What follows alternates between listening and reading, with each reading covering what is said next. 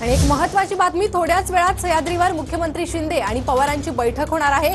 शिंदे आणि पवार बैठकीसाठी सह्याद्री अतिथीगृहावर दाखल झाले, तर मराठा ओबीसी आरक्षणाच्या वादासंदर्भात या बैठकीत चर्चा होणार आहे।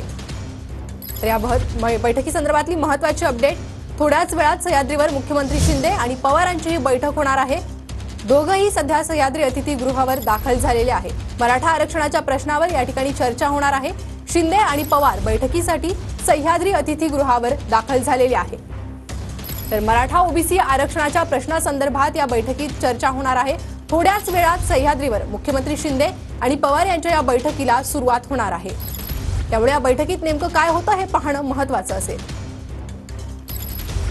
तर सर्वपक्षीय बैठकीवर विरोधकांनी बहिष्कार टाकला होता, त्यानंतर सत्ताधाऱ्यांकडून विरोधकांच्या या भूमिकेवर टीका देखील करण्यात आली होती आणि त्यानंतर आता पवार हे शिंदे यांच्या भेटीला पोहोचलेले आहेत। सह्याद्री अतिथीगृहावर ही भेट होणार आहे आणि बैठक होणार आहे। या बैठकीत काय चर्चा होते हे पाहणं महत्त्वाचं असेल। शिंदे आणि पवार बैठकीसाठी सह्याद्री अतिथीगृहावर दाखल झालेले आहे।